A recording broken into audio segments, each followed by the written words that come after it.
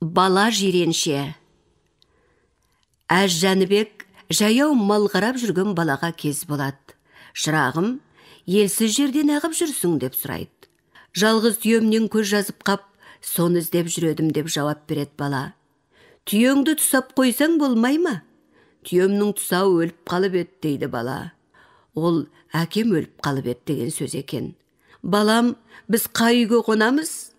Бір қой жеймін десеңіздер, қай үйге болса да қона бересіздер. Екі қой жеймін десеңіздер, біздің үйге қонасыздар дейді бала.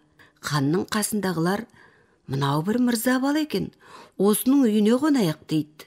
Қонақтар үйге келген соң, бала бір буаз саулықты жетектеп келіп, иллахи амин дегенде, шырағым, бойдақ қой жоқ па деп ескертеді хан.